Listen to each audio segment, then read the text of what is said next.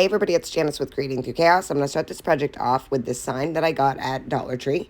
It's just a really thin one. It's not a very long one. I want to say it's less than a foot long and maybe 2 inches wide.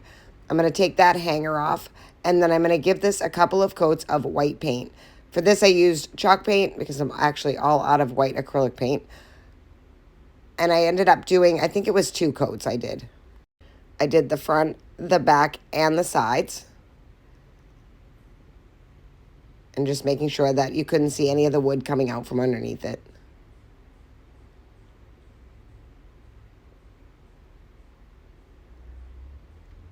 Once I had that all painted and I let it fully dry, I'm going to take these metal letters that I found yesterday at Joann's. They were actually on clearance, but you could use wooden ones. It's up to you.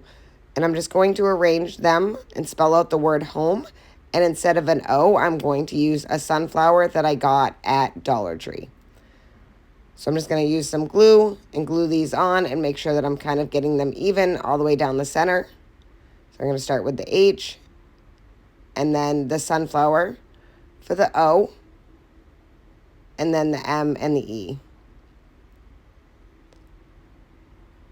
I'm trying to keep them all straight. Hold it for a second while the glue sets up, and then finally put the E on. And I think this is super cute already. Next, I'm going to put that hanger back on. I actually just used a different piece of twine, and I'm just going to slide that through on one side and then double knot it. And then pull it to the end, cut off that excess, and then I'll push that other side through.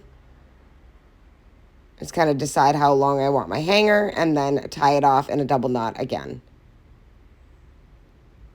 And then again, cut off that excess.